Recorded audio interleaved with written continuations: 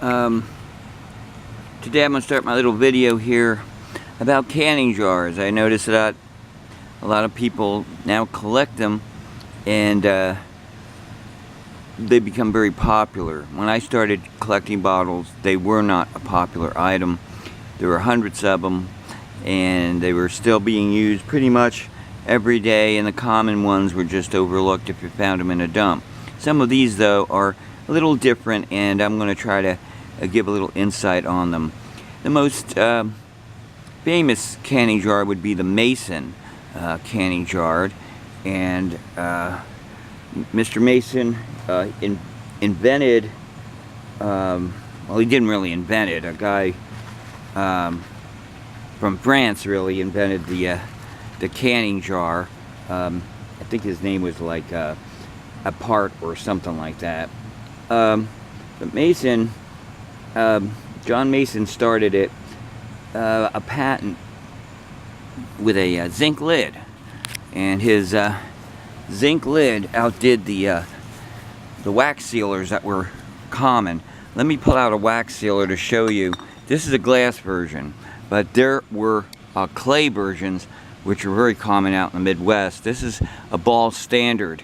It probably goes to the 1920s. This bottle, machine made, and it had a metal cap that fit over the hole, and then you poured wax in that channel and it sealed it. So that is an example, a Ball example of wax sealer. Ball, pretty prolific company. We'll talk about them in a little bit.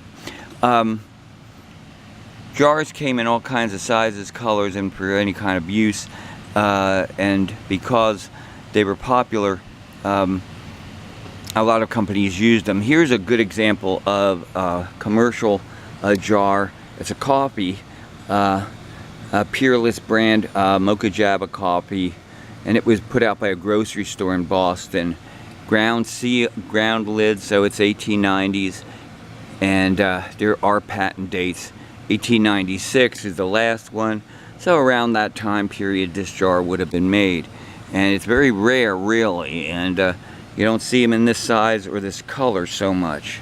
Some of the odder ones that shows up from time to time are bottles jars you don't really see.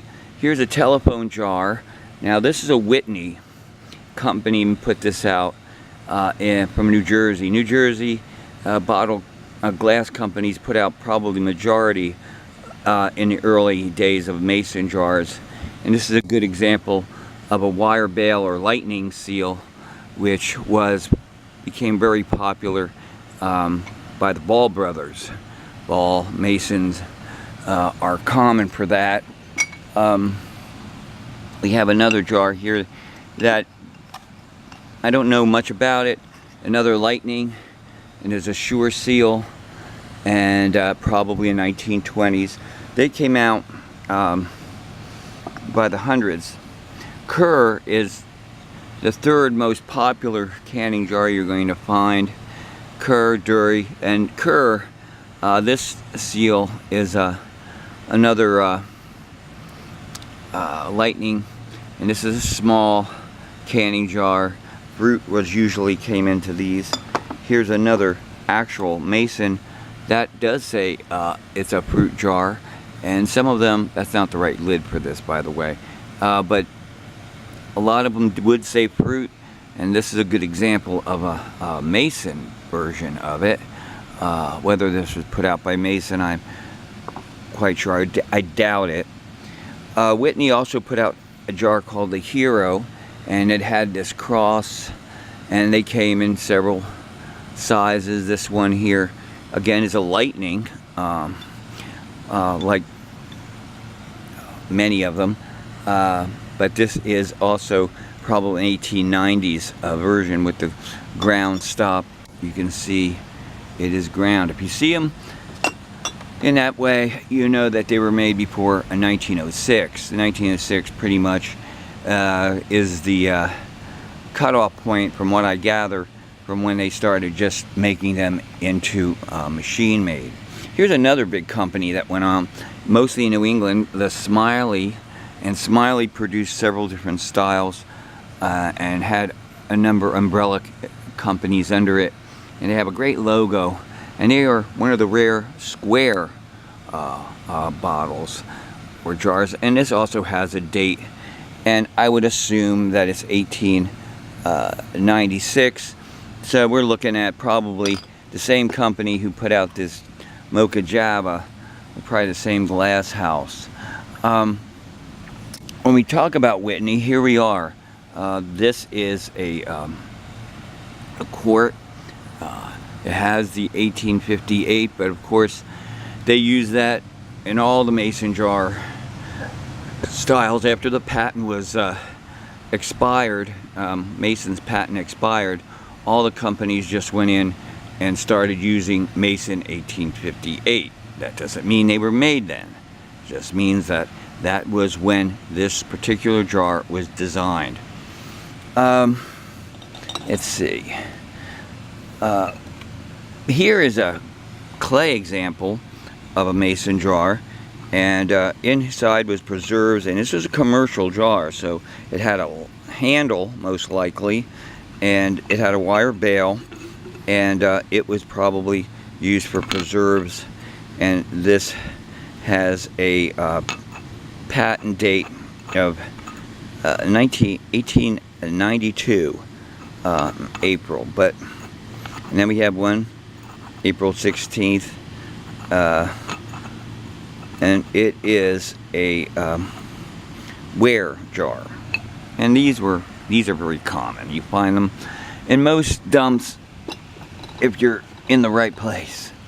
One more stop here, and we got the Atlas Mason patent. This is a common, and this bottle was probably made around 1920.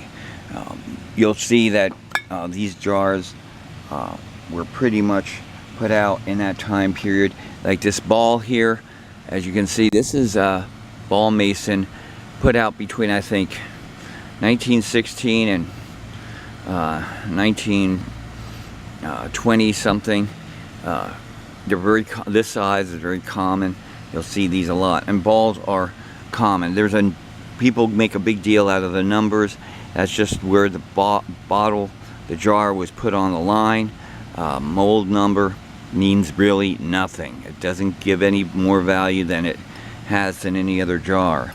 So there's my little collection of mason jars. Like I said, if you're collecting these things, you're going to have a whole big field to go into. Many of them are common. Hero isn't. That's not common.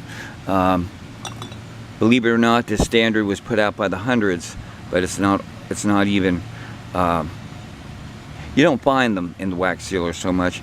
But in the 1920s, this is a pretty popular bottle, jar to put your stuff in. I don't have a strong shoulder, but they're very common. You'll see them a lot. Strong shoulders were big deals back then. Here's another bottle here, Mason with the cross, probably put out, and this has a patent date, I think, of 67. I know this was 1890s jar for sure. It has a ground lip. When you find the ground lip, you know it's before 1906. So there you have it, my little collection. I have hundreds of these things, so I could have gone nuts showing you all kinds. There's the telephone jar, there's a whole Bambergers. They made hundreds of them, but as far as I can conceive, that the common ones, ball, mason, Kerr, you'll find them a lot. Don't pay more than $4 or $5 for them, unless they're an exceptional color or something like that. See you later. When the weather gets a little cooler, I'm gonna go out seeing if I can dig some more of this junk up. So take care. Bye.